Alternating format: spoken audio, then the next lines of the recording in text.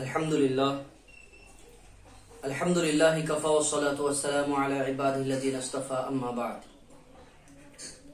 দেশ বিদেশ থেকে যারা আমার ভিডিওটি দেখতেছেন সবাইকে জানাই আমার দিলের গভীর স্থল থেকে আন্তরিক শুভেচ্ছা ও সালাম। আসসালামু আলাইকুম ওয়া রাহমাতুল্লাহি ওয়া বারাকাতুহু।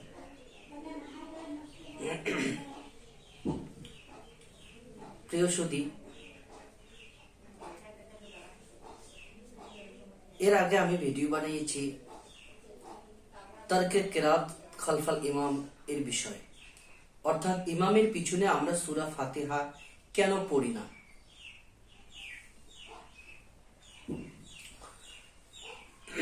আমি বিশেষ করে সে জায়গা আলোচনা করেছি এবং কোরআন হাদিস থেকে দলিল দেওয়ার চেষ্টা করেছি।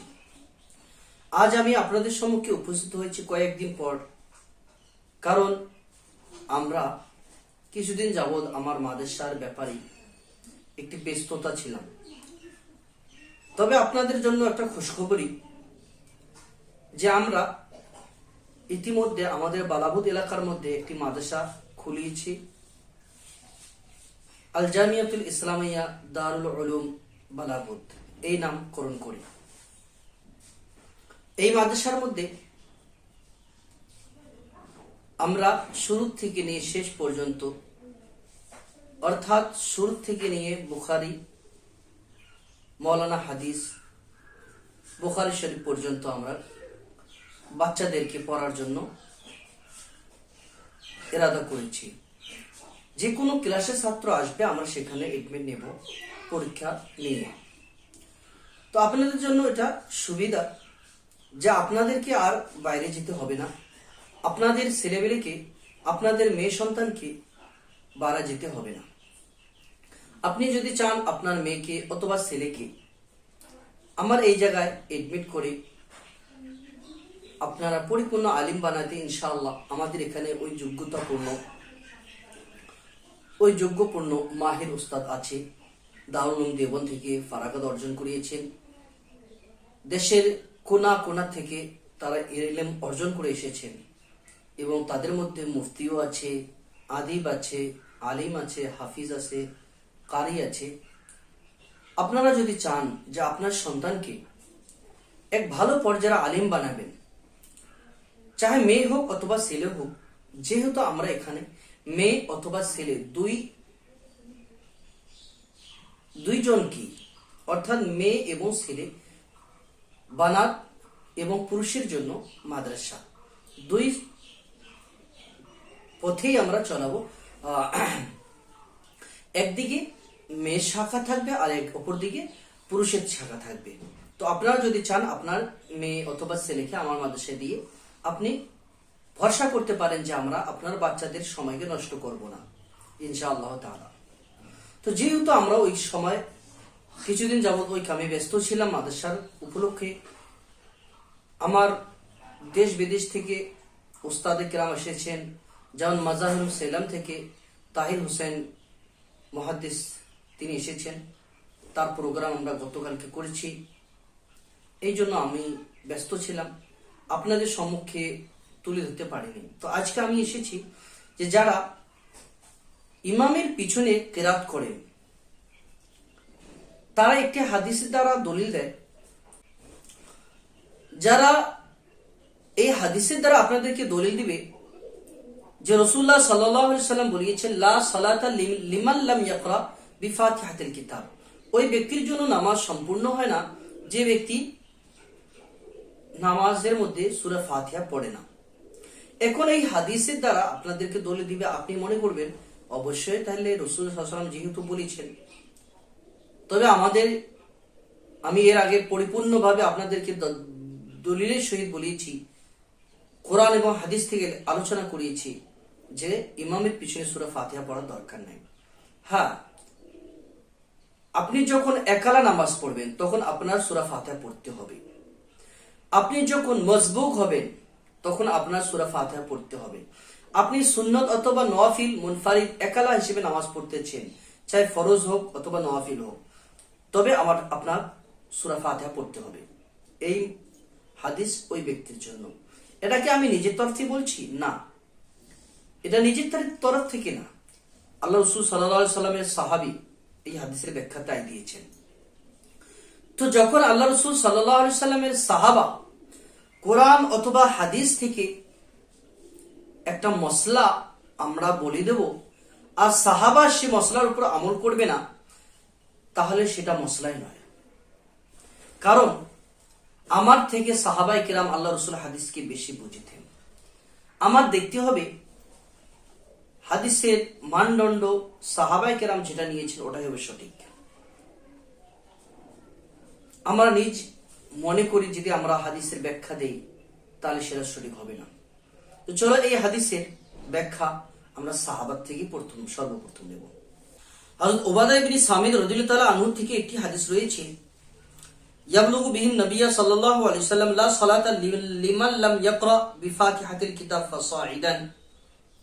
এই যে হাদিসটি রয়েছে এখানে দেখার বিষয় হলো হযরত উবাদা বিন সামিদ রাদিয়াল্লাহু তাআলা আনহু তিনি বলেন যে রাসূলুল্লাহ সাল্লাল্লাহু আলাইহি ওয়াসাল্লাম বলেছেন লা সালাতা লিমান লাম ইয়াকরা বিফাতিহাতিল কিতাব ফাসাইদান। যে ব্যক্তি নামাজের মধ্যে সূরা ফাতিহা পড়েনি তার নামাজ হয়নি, তার নামাজ সম্পূর্ণ হয়নি। এখানে আরেকটি বিষয় দেখার বিষয়, লা সালাতা লিমান লাম ইয়াকরা বিফাতিহাতিল কিতাব, সূরা ফাতিহা পড়েনি ফাসাইদান, এবং সূরা ফাতিহার সঙ্গে আরো একটি সূরা পড়েনি। ফাসাইদান শব্দের অর্থ এটাই, সূরা ফাতিহা এবং তার থেকে অধিক। তো যে সমস্ত মানুষ সূরা ফাতিহা পড়তে বলে তারা কি সূরা ফাতিহার সঙ্গে জম্মে সূরা আমরা যেটাকে বলি সেটা কি পড়তে বলে? তারা জম্মে সূরাকে ফরজ মনে করে? আপনারা অবশ্যই জানেন যে তারা সূরা ফাতিহার সঙ্গে জম্মে সূরাকে ফরজ মনে করে না। তাহলে এই হাদিসের অর্থ কি হতে পারে? আপনি হাদিসের একটা জুজ নিয়েছেন আর একটা অংশ ছেড়ে দিয়েছেন। ইউমিনু বিল বাদ ওয়া ইয়াকফুরু বিল বাস। কিছু সংখ্যক জিনিসের উপর ঈমান নিয়ে এসেছে, আবার কিছু সংখ্যক জিনিসের থেকে ইনকার করিয়েছে, কাফির হয়েছে। এটা কিভাবে হতে পারে? উবাদা বিন সামিদ রাদিয়াল্লাহু তাআলা আনহু থেকে বর্ণিত যে রাসূলুল্লাহ সাল্লাল্লাহু আলাইহি ওয়াসাল্লাম কি বলছেন, নামাজের মধ্যে সূরা ফাতিহা তার সঙ্গে আরো অন্য কোন সূরা পড়তে হবে। অথচ যারা সূরা ফাতিহা ইমামের পিছনে আবশ্যিক মনে করে যে সূরা ফাতিহা পড়তেই হবে, তারা কিন্তু ফাসাইদান শব্দকে ছেড়ে দেয়, জমে সূরাকে ফরজ মনে করে না। এটা কোথা থেকে এলো তারা? চলো এখন এই হাদিসের অর্থ দেখো, যে আন্নাহু সামিয়া জাবির ইবনে আব্দুল্লাহ ইয়াকুল মান সাল্লা রাকাতান লাম ইয়াকরা ফিহা বিউম্মিল কুরআন ফালাম ইউসাল্লি ইল্লা আন ইয়াকুনা ওয়ারাআল ইমাম। ইমাম হযরত জাবির রাদিয়াল্লাহু তাআলা আনহু সাহাবী রাসূল, আপনারা সবাই জানেন জাবির বিন আব্দুল্লাহ, তিনি বলেন মান সাল্লা রাকাতান লাম ইয়াকরা ফিহা বিউম্মিল কুরআন ফালাম ইউসাল্লি। যে ব্যক্তি এক রাকাত নামাজ পড়ল এবং সেখানে ওই এক রাকাতের মধ্যে যদি সূরা ফাতিহা পড়েনি, ফালাম ইউসাল্লি, সে নামাজই পড়েনি। হ্যাঁ, ইল্লা আন ইয়াকুনা ওয়ারাআল ইমাম, কিন্তু সে যদি ইমামের পিছনে হয় তার জন্য সূরা ফাতিহা পড়া দরকার নাই। কে বলছে? জাবির বিন আব্দুল্লাহ রাদিয়াল্লাহু তাআলা আনহু নিজে বলছেন। এই হাদিসটি হাসান পর্যায়ের সহিহ হাদিস। ইমাম তিরমিজি রাহমাতুল্লাহ আলাইহি তিরমিজি শরীফে নিয়ে এসেছেন। হাদিস নাম্বার সিরিয়ালে আছে 313 নম্বর সিরিয়ালে এই হাদিসটি বর্ণনা করিয়েছেন। এবং ইমাম আহমদ রাহমাতুল্লাহ আলাইহি তিনি বলেন যে মানা কওলি নবী সাল্লাল্লাহু আলাইহি ওয়াসাল্লাম, আল্লাহ রাসূল সাল্লাল্লাহু আলাইহি ওয়াসাল্লাম যে লা সালাতা লিমান লাম ইয়াকরা বিফাতিহাতিল কিতাব, এই হাদিসের অর্থ হলো ইদা কানা ওয়াহদা, যখন সে ব্যক্তি একলা নামাজ পড়বে। যদি কোনো ব্যক্তি একলা নামাজ পড়ে তখন এই হাদিস যে তার জন্য সূরা ফাতিহা পড়তে হবে আবশ্যক এটা। আর যদি ইমামের পিছনে পড়ে তাহলে দরকার নাই, কারণ এর আগে আমি বলেছি মান কানা লাহু ইমামুন ফাকিরাতুল ইমামি লাহু কিরাআতুন, যে ব্যক্তির ইমাম রয়েছে সে ব্যক্তির জন্য ইমামের কিরাত তার জন্য যথেষ্ট। এখন দেখো ইমাম আহমদ রাহমাতুল্লাহ আলাইহি এই যে হাদিসে ব্যাখ্যা দিলেন যে যখন সে একলা নামাজ পড়বে তার জন্য এই হাদিস ইনি নিজের তরফ থেকে নেন। তিনিও সে আব্দুল্লাহ ইবনে জাবির বিন আব্দুল্লাহ রাদিয়াল্লাহু তাআলা আনহু, উনি যে হাদিসের ব্যাখ্যা দিয়েছেন ওই হাদিসের সূত্রে ইনি ব্যাখ্যা দিয়েছেন। ওয়াহতাজ্জা, ইনি এই হাদিসের দলিল দিয়েছেন এই ব্যাখ্যা বে হাদিসে জাবির বিন আব্দুল্লাহ রাদিয়াল্লাহু তাআলা আনহুর হাদিসের দ্বারা। তিনি বলছেন যে ব্যক্তি এক রাকাত যদিও নামাজ পড়ে সেখানে যদি সূরা ফাতিহা পড়ে না তার নামাজই হয় না। হ্যাঁ, যখন সে ইমামের পিছনে হবে তখন তার জন্য আর কিরাত করার দরকার নাই।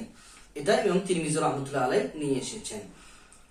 قال احمد فهذا رجل من اصحاب النبي صلى الله عليه وسلم, ইমাম আহমদ রাহমাতুল্লাহ আলাইহি বলেছেন দেখো যে এই মানুষ, এই ব্যক্তি জাবির বিন আব্দুল্লাহ রাদিয়াল্লাহু তাআলা আনহু, তিনি হলো সাহাবী নবী মিন আসহাবিন নবী সাল্লাল্লাহু আলাইহি ওয়াসাল্লাম, আল্লাহ রাসূলের সাহাবা। তিনি এই হাদিসকে তাওয়িল করেছেন, অর্থ নিয়েছেন লা সালাতা লিমান লাম ইয়াকরা বিফাতিহাতিল কিতাব। এই হাদিসের অর্থ নিয়েছেন ইযা কানা ওয়াহদা, যখন সেই ব্যক্তি নামাজি যদি একলা হয়, যদি একলা হয় এবং সূরা ফাতিহা পড়েনি তার জন্য নামাজ সম্পূর্ণ হয়নি। তো সাহাবী রাসূল এই ব্যাখ্যা দিয়েছেন।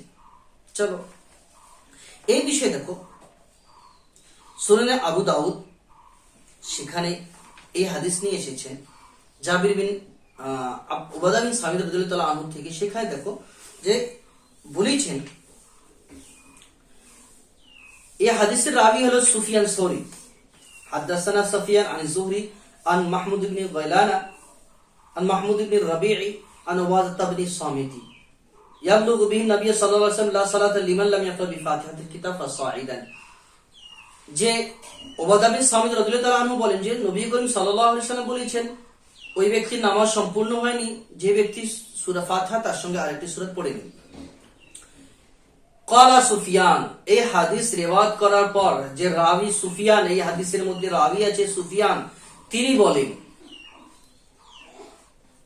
লিমান ইউসাল্লি ওয়াহদা, এই হাদিস ওই ব্যক্তির জন্য যিনি একলা নামাজ পড়ছেন। তাহলে এই হাদিস যে রিওয়ায়াত করছেন যে রাবি রয়েছে, হাদাসানা কুতাইবা ইবনে সাঈদ ওয়াবনু সারহি ক্বালা হাদাসানা সুফিয়ান আন যুহরি, এই সুফিয়ান যিনি যুহরি থেকে রিওয়ায়াত করেন, তিনি মাহমুদ বিন রবি থেকে, তিনি উবাদা বিন সামিদ থেকে রিওয়ায়াত করে। তো এই হাদিসের রাবি তিনি রিওয়ায়াত করার পর এই হাদিসের অর্থ দিচ্ছেন যে ওই ব্যক্তি নামাজ সম্পূর্ণ হয় না যে ব্যক্তি লিমান ইউসাল্লি ওয়াহদা, যে ব্যক্তি একলা নামাজ পড়ে।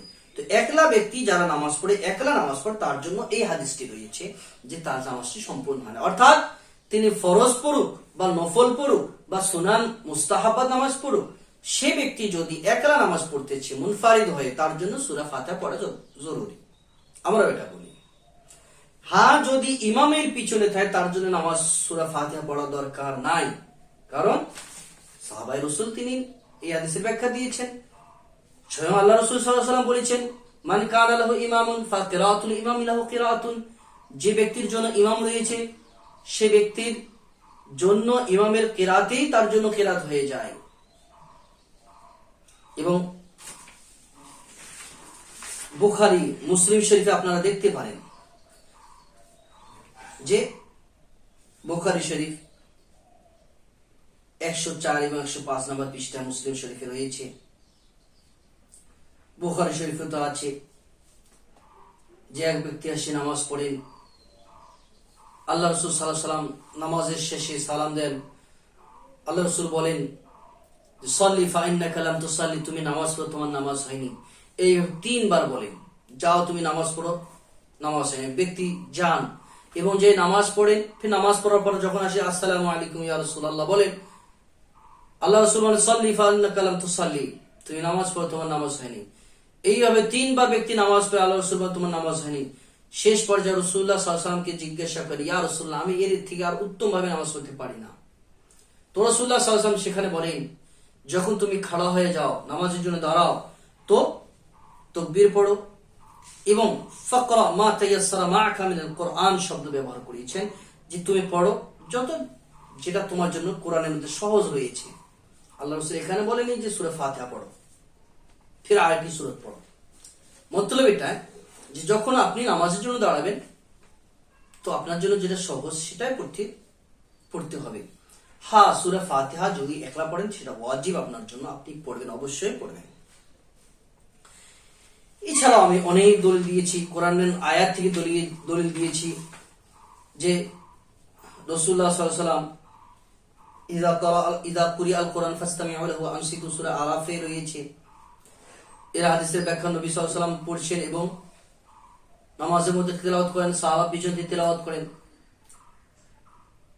তো আল্লাহ রাসূল সাল্লাল্লাহু আলাইহি ওয়াসাল্লাম বলেছেন, মালি উনাসিল কোরআন, কি হলো আমি কোরআনের সঙ্গে ঝগড়া করছি, আমার মনে হয় কদ আলিমতু আন্না বা'দাকুম খালাজানিহা, আমার সঙ্গে কেউ আমার কেরাতের মধ্যে বাধা দিচ্ছে। তখন এই সমস্ত আয়াত নাজিল হয় যে যখন কোরআন পড়া হয় তখন সেটাকে চুপ করে শোনো, মনোযোগ দিয়ে শ্রবণ করো। আর যদি কেরাত পড়া হচ্ছে কিন্তু আপনি শুনছেন না, ফাসতামিউ লাহু ওয়া আনসিতু, তাহলে সেটাকে তুমি চুপ করে থাকো। আপনি কেরাত শোনেন না যদিও, যেহেতু তবু আপনি কেরাত পড়ার সময় চুপ করে থাকুন। এই বিষয়ে কয়েকটি আমাদের প্রশ্ন আছে। তারা দলিল দিবে যে ইমামের সাক্তা, যখন ইমাম সাক্তা করে তখন পড়বেন। তো ইমাম সাক্তা কখন করবে, কি সমাচার, এই বিষয়ে আমি ইনশাআল্লাহ নেক্সট একটি আপনার সম্মুখে আরো ভিডিও তুলে ধরবো। আপনারা ইনশাআল্লাহ নিশ্চিন্ত, আপনার কোনো চিন্তা থাকবে না, ইনশাআল্লাহ দলিল সহ আমি আপনাদের সম্মুখে তুলে ধরবো ইনশাআল্লাহ, এতটুকু ভরসা রাখবেন। আল্লাহ তাআলা আমাদের সবাইকে আমল করতে তৌফিক দান করুন। ওয়া মা আলাইনা ইল্লাল বালাগ। আসসালামু আলাইকুম ওয়া রাহমাতুল্লাহি ওয়া বারাকাতুহু।